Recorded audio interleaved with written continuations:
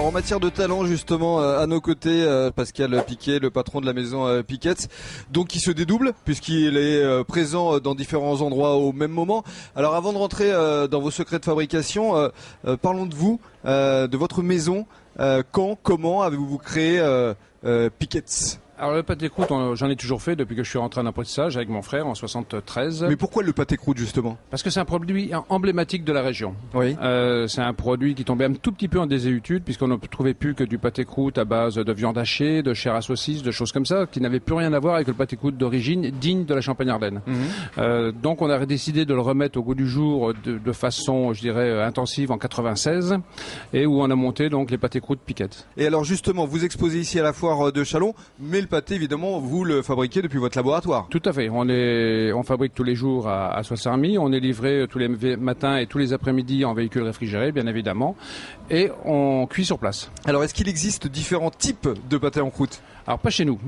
Chez nous, on a une recette simple qui est du haut d'épaule de porc, coupé en morceaux, mariné 48 heures dans du vin blanc, dont je vous donnerai pas tous les secrets, bien évidemment.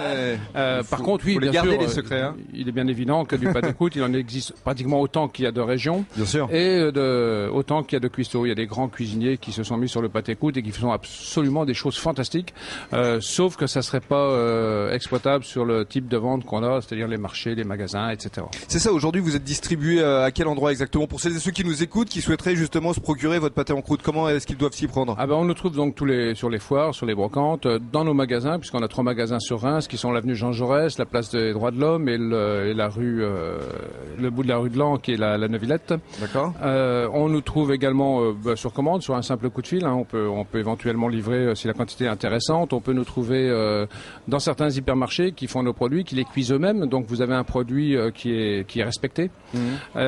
Et donc dans la région, il est quand même relativement facile de le trouver. Et on couvre toujours environ 400 villages par l'intermédiaire de nos véhicules. Ça c'est formidable, c'est-à-dire que vous passez avec vos véhicules dans les villages, vous klaxonnez comme au bon vieux temps d'ailleurs, je dirais. Tout à fait. Et donc les personnes sortent et prennent la quantité de le pâté croûte qu'ils ont envie. Qu'ils souhaitent. Alors justement, pour celles et ceux qui nous écoutent, qui souhaiteraient entrer en contact avec vous, comment est-ce qu'ils peuvent s'y prendre ? Bon, tout simplement en nous passant un petit coup de fil, même que ce soit un fournisseur ou un client, il est très simple de nous joindre.